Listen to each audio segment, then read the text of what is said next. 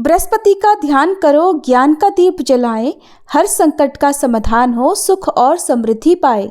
प्रेम से बोली बृहस्पति देवता की जय। बृहस्पति देवता की महिमा का वर्णन करना आसान नहीं है, क्योंकि वे ज्ञान, धन और सुख का संचार करते हैं।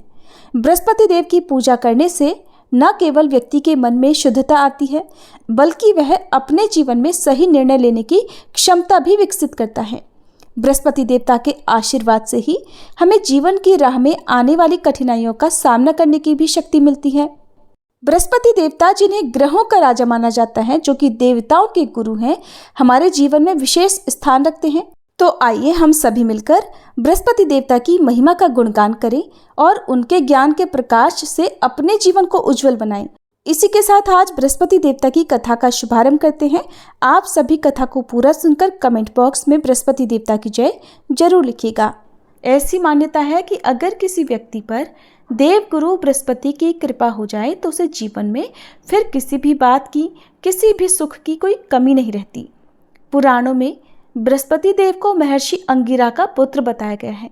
मान्यता है कि जब महर्षि अंगिरा की पत्नी को बहुत समय तक कोई संतान नहीं हुई, तब उन्होंने भगवान ब्रह्मा जी से प्रार्थना की। तब ब्रह्मा जी ने उन्हें एक व्रत बताया, जो कि पुंसवन व्रत कहा जाता है। इसके बाद महर्षि अंगिरा की पत्नी ने इस व्रत की पूरी जानकारी श्री सनत कुमारों से लेकर अपना पुंसवन व्रत पूर्ण किया, जिसके पुण्य प्रताप से उन्हें एक बहुत ही तेजस्वी संतान की प्राप्ति हुई, जिन्हें ही बृहस्पति के नाम से जाना जाता है। नवग्रहों के श्रेष्ठ बृहस्पति मात्र एक ग्रह नहीं है, वरन देवताओं के भी गुरु हैं। ब्रह्मा जी के मानस पुत्र महर्षि अंगिरा के 3 पुत्र हुए, बृहस्पति, उतथ्य और संवर्त। इनमें बृहस्पति सबसे ज्येष्ठ अर्थात बड़े हैं। बृहस्पति अत्यंत सत्व गुणों से युक्त, वाणी, बुद्धि और ज्ञान के अधिष्ठाता तथा महान परोपकारी हैं। बृहस्पति देव अपने एक रूप से देव पुरोहित के रूप में इंद्र सभा, ब्रह्म सभा में विराजमान रहते हैं और दूसरे रूप से ग्रह के रूप में प्रतिष्ठित होकर नक्षत्र मंडल में विराजमान रहते हैं। बृहस्पति देव के देवताओं के गुरु बनने के पीछे एक अत्यंत सुंदर कथा स्कंद पुराण में वर्णित है, जिसके अनुसार एक समय देवगुरु बृहस्पति ने काशी में शिवलिंग की स्थापना कर घोर तपस्या की। तपस्या करते हुए 10,000 वर्ष बीत गए। तब महादेव उस शिवलिंग से प्रकट हुए और बृहस्पति जी से कहने लगे, मैं तुम्हारी तपस्या से प्रसन्न हूँ, अपना अभीष्ट वर मांगो। अपने सामने उन अत्यंत प्रकाशवान तेजोमय शिव को देखकर बृहस्पति उनकी स्तुति करने लगे कि हे जगन्नाथ, आप त्रिगुणातीत, जरा मरण से रहित, त्रिजगन्मय, भक्तों का उद्धार करने वाले और शरणागत वत्सल हैं। आपके दर्शनों से ही मैं कृतकृत्य हो गया हूँ, मेरी समस्त कामनाएं पूरी हो गई हैं, अतः अब कुछ भी अप्राप्त नहीं रह गया। बृहस्पति की ऐसी स्तुति सुनकर महादेव ने और भी अधिक प्रसन्न होकर उन्हें अनेक वर दिए और कहा, हे अंगिरस, तुमने बृहत अर्थात बड़ा तप किया है, इसलिए तुम इंद्रादि देवों के पालक तथा ग्रहों में पूज्य हो जाओगे और तुम्हारा नाम बृहस्पति होगा। महादेव ने आगे कहा, हे ग्रहाधीश, तुम बड़े वक्ता और विद्वान हो, इसलिए तुम्हारा नाम वाचस्पति भी होगा। जो प्राणी तुम्हारे द्वारा स्थापित इस बृहस्पतिश्वर लिंग की आराधना करेगा और तुम्हारे द्वारा की गई स्तुति का पाठ करेगा, उसे मनोवांछित फल प्राप्त होगा तथा ग्रह जनित कोई अन्य बाधा उसे पीड़ित नहीं करेगी। इतना कहकर महादेव ने सभी देवताओं को बुलाकर बृहस्पति जी को देवाचार्य तथा देवगुरु के पद पर प्रतिष्ठित कर दिया। बृहस्पतिवार व्रत की पौराणिक कथा के अनुसार प्राचीन समय की बात है, भारतवर्ष में एक राजा राज्य करता था। वह बड़ा प्रतापी और दानी था। वह नित्य प्रति मंदिर में भगवान के दर्शन करने जाता था। वह ब्राह्मण और गुरु की सेवा किया करता था।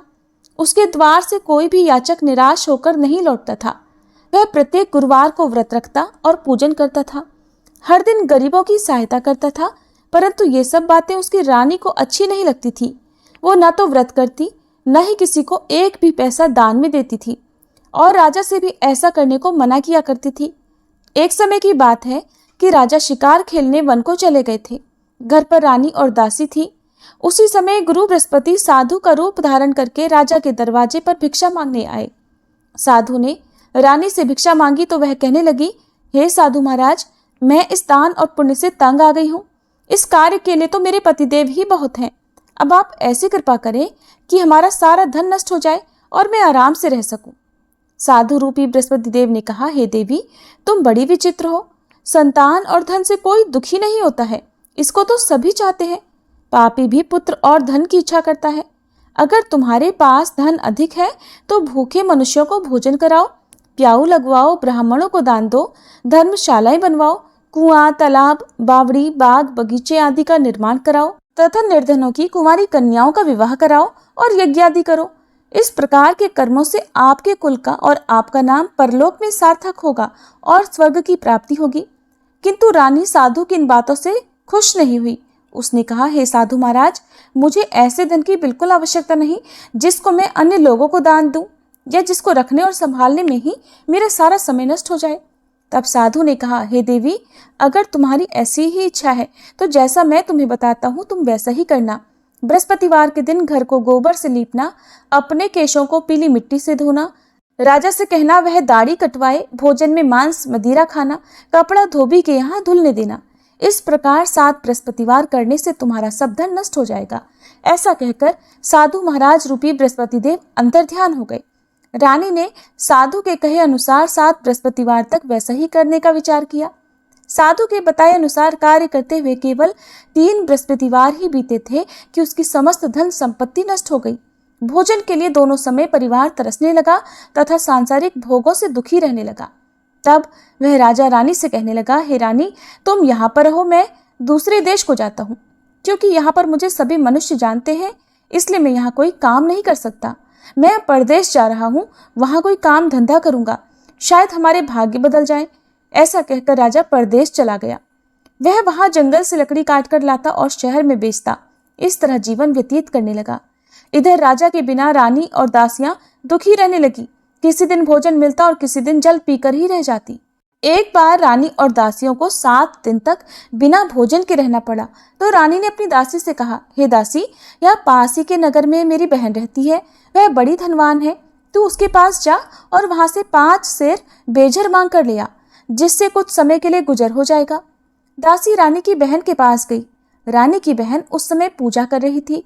दासी ने रानी की बहन से कहा, हे रानी, मुझे आपकी बहन ने भेजा है, मुझे 5 सेर बेझर दे दो। दासी ने ये बात अनेक बार कही, परंतु रानी की बहन ने कोई उत्तर नहीं दिया, क्योंकि उस समय वह बृहस्पतिवार की कथा सुन रही थी। जब दासी को रानी की बहन से कोई उत्तर नहीं मिला तो वह बहुत दुखी हुई। उसे क्रोध भी आया। वह लौटकर रानी से बोली, हे रानी, आपकी बहन तो बहुत ही घमंडी है। वह तो छोटे लोगों से बात भी नहीं करती। मैंने उससे बहुत बार कहा, लेकिन उसने कोई उत्तर नहीं दिया। मैं वापस चली आई। रानी बोली, हे दासी, इसमें उसका कोई दोष नहीं है। जब बुरे दिन आते हैं तब कोई सहारा नहीं देता। अच्छे बुरे का पता विपत्ति में ही लगता है।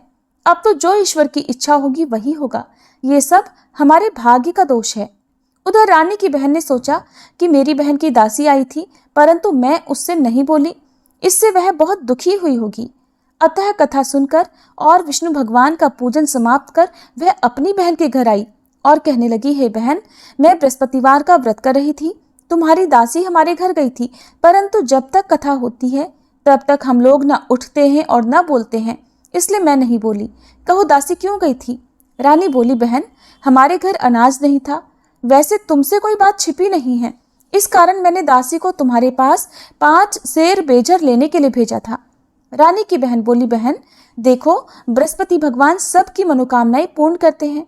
देखो, शायद तुम्हारे घर में अनाज रखा हो।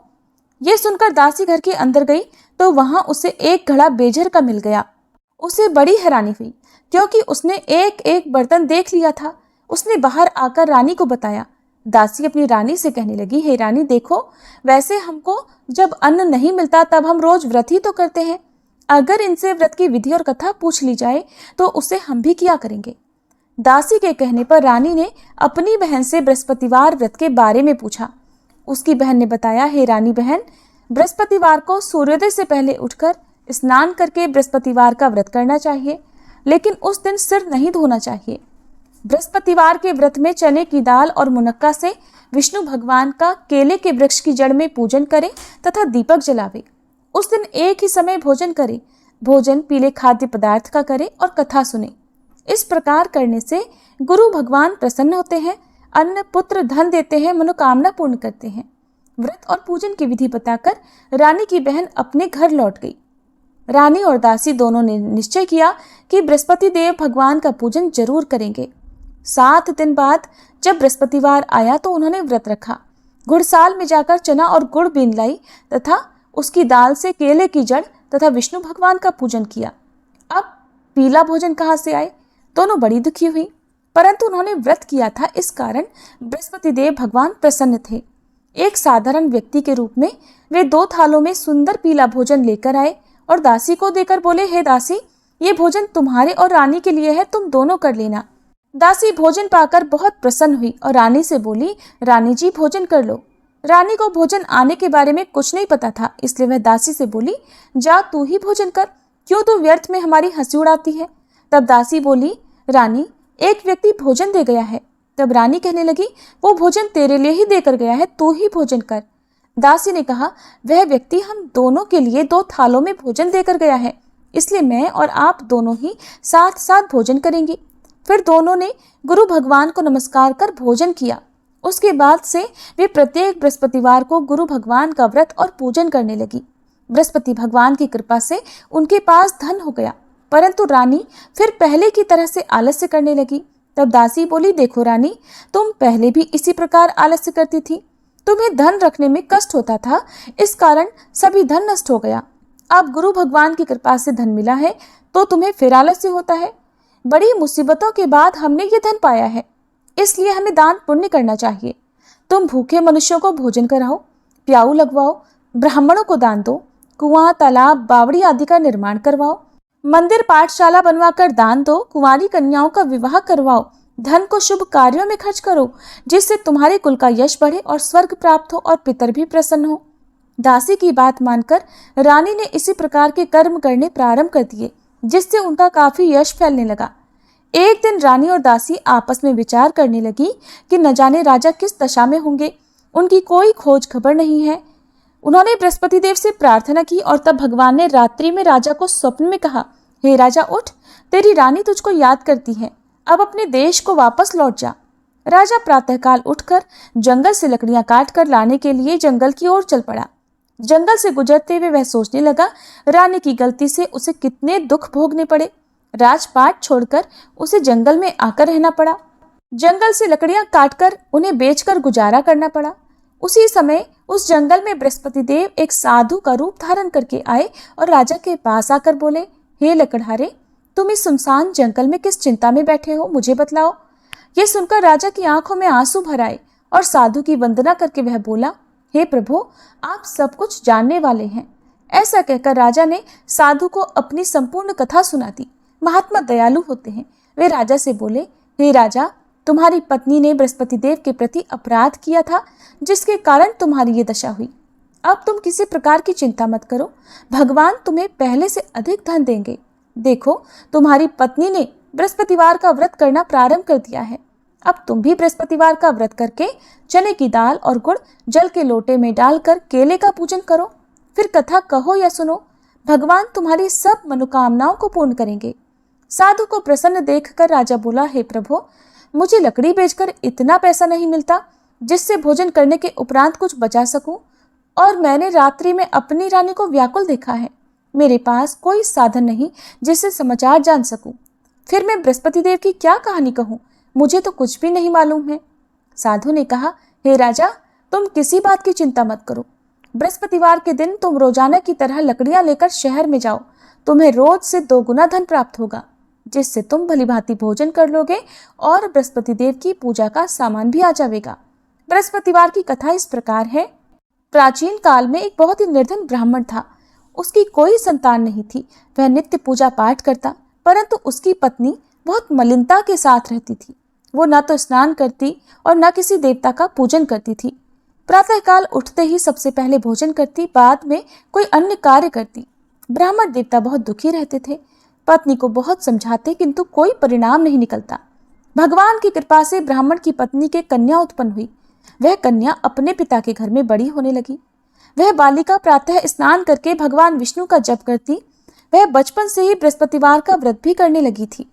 पूजा पाठ समाप्त कर स्कूल जाती तो अपनी मुट्ठी में जौ भरकर ले जाती और पाठशाला जाने के मार्ग में डालती जाती। वही जौ सोने के हो जाते तो लौटते समय उनको बीनकर घर ले आती। एक दिन वह बालिका सूप में उन सोने के जौ को फटककर साफ कर रही थी। तभी उसकी माँ ने देख लिया और कहने लगी, हे बेटी, सोने के जौ को फटकने के लिए सोने का सूप होना चाहिए। दूसरे दिन गुरुवार था।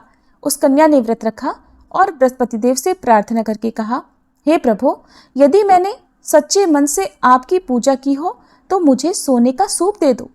बृहस्पति देव ने उसकी प्रार्थना स्वीकार कर ली। रोजाना की तरह वह कन्या जौ फैलाती हुई पाठशाला चली गई। पाठशाला से लौटकर जब वह जौ बीन रही थी तो बृहस्पति देव की कृपा से उसे सोने का सूप मिला। उसे वह घर ले आई और उससे जौ साफ करने लगी, परंतु उसकी माँ का वही ढंग रहा। एक दिन की बात है, वह कन्या सोने के सूप में जौ साफ कर रही थी। उस समय उस नगर का राजकुमार वहां से होकर निकला। इस कन्या के रूप और सोने के सूप में जौ को साफ करते देखकर वह उस कन्या पर मोहित हो गया। राजमहल आकर वह भोजन तथा जल त्याग कर उदास होकर लेट गया। राजा को जब राजकुमार द्वारा अन्न जल त्यागने का समाचार मिला तो अपने मंत्रियों के साथ वह अपने पुत्र के पास आया और बोले, हे बेटा, तुम्हें किस बात का कष्ट है? किसी ने अपमान किया है अथवा कोई और कारण है? मुझे बताओ, मैं वही करूंगा जिससे तुम्हें प्रसन्नता हो। तब राजकुमार ने अपने पिता की बातें सुनी और बोला, मुझे आपकी कृपा से किसी बात का दुख नहीं है। किसी ने मेरा अपमान नहीं किया है, परंतु मैं उस लड़की के साथ विवाह करना चाहता हूँ जो सोने के सूप में जौ साफ कर रही थी। यह सुनकर राजा आश्चर्य में पड़ गया और बोला, हे बेटा, इस तरह की कन्या का पता तुम ही लगाओ। मैं उसके साथ तुम्हारा विवाह अवश्य ही करवा दूंगा। राजकुमार ने राजा को उस लड़की के घर का पता बतलाया। मंत्री उस लड़की के घर गया और राजा का आदेश ब्राह्मण को सुनाया। कुछ ही दिन बाद ब्राह्मण की कन्या का विवाह राजकुमार के साथ संपन्न हो गया। कन्या के घर से जाते ही उस ब्राह्मण देवता के घर में पहले की तरह गरीबी का वास हो गया। अब भोजन के लिए भी अन्न बड़ी मुश्किल से मिलता था। एक दिन दुखी होकर ब्राह्मण अपनी पुत्री से मिलने गया। बेटी ने पिता की दुखी अवस्था को देखा और अपनी माँ का समाचार पूछा। ब्राह्मण देवता ने सभी हाल कह सुनाया। तब कन्या ने बहुत सारा धन देकर अपने पिता को विदा कर दिया। इस तरह ब्राह्मण का कुछ समय सुखपूर्वक बीता, लेकिन कुछ दिन बाद फिर वही हाल हो गया। ब्राह्मण फिर अपनी कन्या के यहाँ गया और सभी हाल कहा तो पुत्री कहने लगी, हे पिताजी, आप माताजी को यहाँ लिवा लाओ, मैं उन्हें वह विधि बता दूंगी जिससे गरीबी दूर हो जाए। अब ब्राह्मण देवता अपनी पत्नी को साथ लेकर अपनी पुत्री के पास राजमहल में पहुंचे तो पुत्री अपनी माँ को समझाने लगी, हे माँ, तुम प्रातःकाल उठकर प्रथम स्नानादि करके विष्णु भगवान का पूजन करो तो सब दरिद्रता दूर हो जाएगी। परंतु उसकी माँ ने उसकी एक बात नहीं मानी। वह प्रातःकाल उठकर अपनी पुत्री का बचा जूठन खा लेती थी। एक दिन उसकी पुत्री को बहुत गुस्सा आया। उसने एक रात कोठरी से सारा सामान निकाल दिया और उसमें अपनी माँ को बंद कर दिया। प्रातः उसमें से निकाला और स्नानादि करा के पूजा पाठ करवाया तो उसकी माँ की बुद्धि ठीक हो गई। इसके बाद वह नियम से पूजा पाठ करती और प्रत्येक बृहस्पतिवार को व्रत करने लगी। इस व्रत के पुण्य प्रभाव से उसकी माँ भी बहुत धनवान हो गई और बृहस्पति देवता के प्रभाव से स्वर्ग को गई। वह ब्राह्मण भी सुखपूर्वक इस लोक का सुख भोग कर स्वर्ग को प्राप्त हुए। इस तरह कहानी कहकर साधु महाराज वहां से लोप हो गए। धीरे धीरे समय बीतने पर फिर बृहस्पतिवार का दिन आया।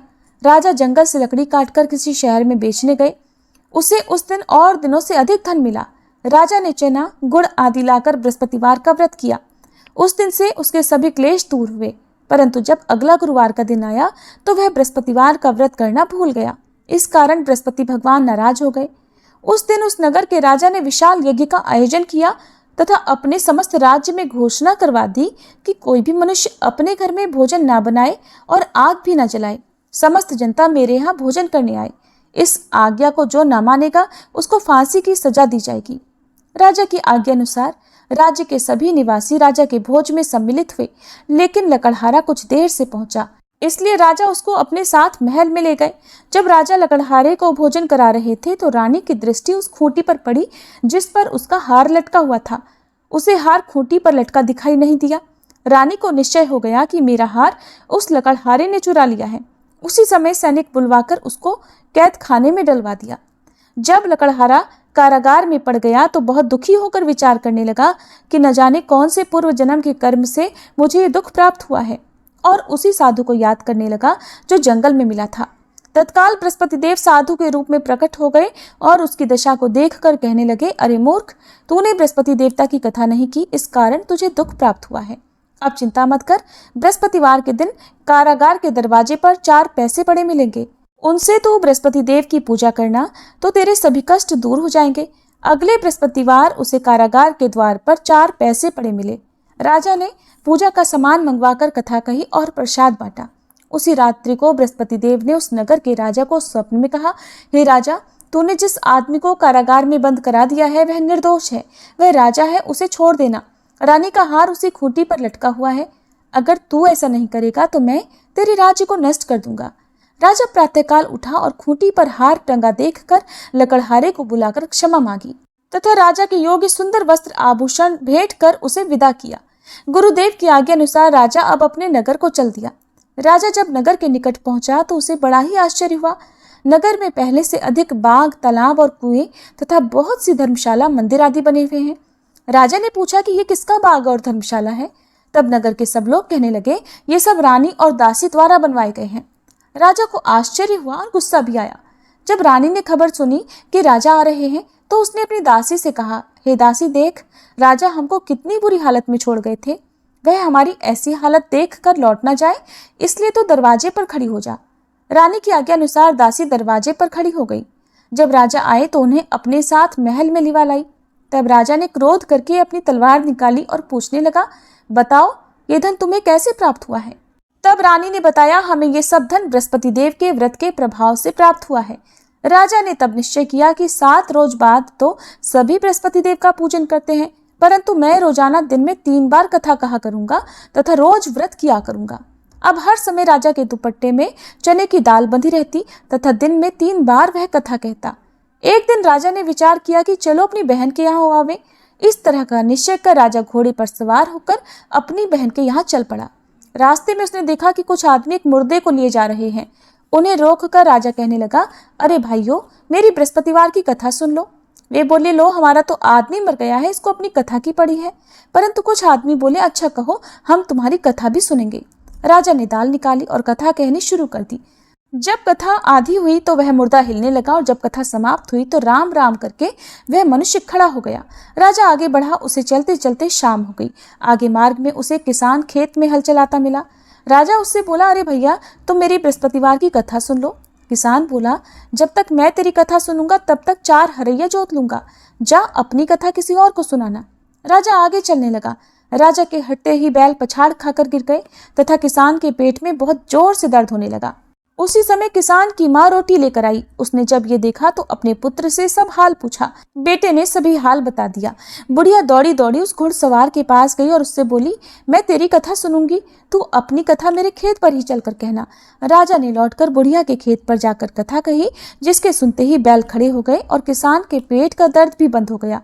अब राजा अपनी बहन के घर पहुंच गया। बहन ने भाई की खूब मेहमानी की। दूसरे दिन प्रातःकाल राजा जगा तो देखने लगा कि सब लोग भोजन कर रहे हैं। राजा ने अपनी बहन से पूछा कि ऐसा कोई मनुष्य है जिसने भोजन ना किया हो, जो मेरी बृहस्पतिवार की कथा सुन ले। तो बहन बोली, हे भैया, ये देश ऐसा ही है। पहले यहाँ के लोग भोजन करते हैं, बाद में अन्य कोई काम करते हैं। अगर पड़ोस में कोई हो तो देख कर आती हूँ। ऐसा कहकर बहन देखने चली, परंतु उसे कोई भी ऐसा व्यक्ति नहीं मिला जिसने भोजन नहीं किया हो। फिर वह एक कुम्हार के घर गई जिसका लड़का बीमार था। उसे पता चला कि उसके यहाँ 3 दिन से किसी ने भोजन नहीं किया है। रानी ने अपने भाई की कथा सुनने के लिए कुम्हार से कहा तो वह तैयार हो गया। तब राजा ने जाकर बृहस्पतिवार की कथा कही, जिसको सुनकर उसका लड़का ठीक हो गया। अब तो राजा की प्रशंसा होने लगी। एक दिन राजा ने अपनी बहन से कहा, हे बहन, अब मैं अपने घर जाऊंगा, तुम भी तैयार हो जाओ। राजा की बहन ने अपनी सास से अपने भाई के साथ जाने की आज्ञा मांगी तो सास बोली, चली जा, परंतु अपने लड़कों को मत ले जाना, क्योंकि तेरे भाई की कोई संतान नहीं होती है। बहन ने अपने भाई से कहा, हे भैया, मैं तो चलूंगी, परंतु कोई बालक नहीं जाएगा। राजा ने कहा, जब कोई बालक नहीं चलेगा तब तुम भी जाकर क्या करोगी? फिर दुखी मन से राजा अपने नगर को लौट आया। राजा ने अपनी रानी से कहा, हम निसंतान हैं, इसलिए हमारे घर आना कोई पसंद नहीं करता। हम निर्वंशी राजा हैं। ऐसा कहकर वह बिना भोजन आदि किए शैया पर लेट गया। रानी बोली, हे प्रभु, बृहस्पति देव ने हमें सब कुछ दिया है, वे हमें संतान भी अवश्य देंगे। उसी रात बृहस्पति देव ने राजा को स्वप्न में कहा, हे राजा, उठ, सभी सोच त्याग दे, तेरी रानी गर्भ से है। राजा को ये जानकर बड़ी प्रसन्नता हुई। 9वें महीने रानी के गर्भ से एक सुंदर पुत्र पैदा हुआ। जब राजा की बहन ने यह शुभ समाचार सुना तो वह बहुत खुश हुई तथा बधाई लेकर अपने भाई के यहाँ आई। तभी रानी ने कहा, घोड़ा चढ़कर तो नहीं आई, गधा चढ़ी आई। राजा की बहन बोली, भाई मैं इस प्रकार न कहती तो तुम्हें संतान कैसे मिलती। बृहस्पति देव ऐसे ही हैं, जिसके मन में जो कामनाएं रहती है सभी को पूर्ण करते हैं। जो सद्भावना पूर्वक बृहस्पतिवार का व्रत करता है और कथा पढ़ता है अथवा सुनता है, दूसरों को सुनाता है, बृहस्पति देव उसकी सभी मनोकामनाएं पूर्ण करते हैं। बृहस्पति देव उनकी सदैव रक्षा करते हैं। जो संसार में सद्भावना और सच्चे मन से बृहस्पति देव का पूजन करते हैं, उनकी सभी मनोकामनाएं उसी प्रकार पूर्ण होती हैं जैसे रानी और राजा ने बृहस्पति देव की कथा का गुणगान किया, उनकी सभी इच्छाएं बृहस्पति देव ने पूर्ण की। मनुष्य को हृदय से उनका मनन करते हुए जयकार करनी चाहिए। प्रेम से बोलिए बृहस्पति देवता की जय। ये थी बृहस्पतिवार व्रत कथा। अब सुनिए आरती। ओम जय बृहस्पति देवा, स्वामी जय बृहस्पति देवा। छिन छिन भोग लगाऊं, कदली फल मेवा। ओम जय बृहस्पति देवा। तुम पूर्ण परमात्मा, तुम अंतर्यामी, स्वामी तुम अंतर्यामी। जगत पिता जगदीश्वर, जगत पिता जगदीश्वर, तुम सबके स्वामी। ओम जय बृहस्पति देवा। चरणामृत निज निर्मल, सब पातक हरता, स्वामी सब पातक हरता। सकल मनोरथ दायक, सकल मनोरथ दायक, कृपा करो भरता। ओम जय बृहस्पति देवा। तन मन धन अर्पण कर, जो जन शरण पड़े, स्वामी जो जन शरण पड़े। प्रभु प्रकट तब होकर, प्रभु प्रकट तब होकर, आकर द्वार खड़े। ओम जय बृहस्पति देवा। दीन दयाल दयानिधि, भक्तन हितकारी, स्वामी भक्तन हितकारी। पाप दोष सब हरता, पाप दोष सब हरता, भव बंधन हारी। ओम जय बृहस्पति देवा।